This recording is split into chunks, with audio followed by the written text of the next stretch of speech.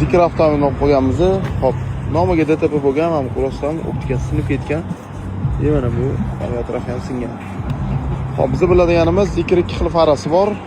Imini shu modelga tushmaydigan yillari Vincode'ga qarab qo'yiladi. Bu tushmaydiganidan bitta dona topishibdi.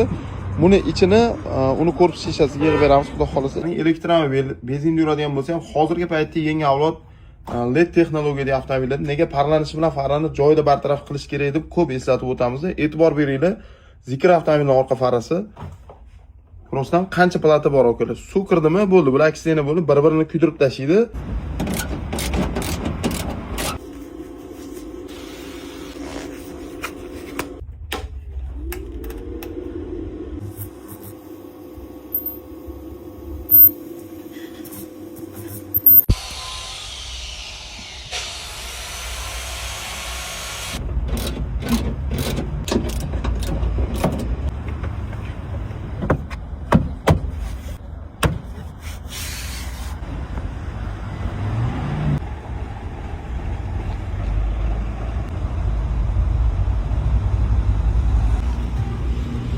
Zikr avtomobilimiz tayyor bo'lgan holati.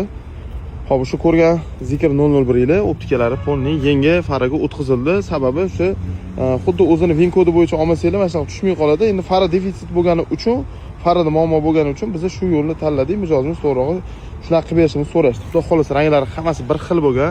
Zazorlarga e'tibor beringlar. Mana fara ochib yopilgan bo'lsa ham umuman hech qanaqa muammosi bilinmaydi mana. Tepalari, yon taraf hech qanaqa zazorlari yo'q. Sizlarda ham svetodiodli faralarda muammo bo'layotgan bo'lsa, olib kelinglar, xudo xolasa garantiya bilan ishini ham yetkazib beramiz.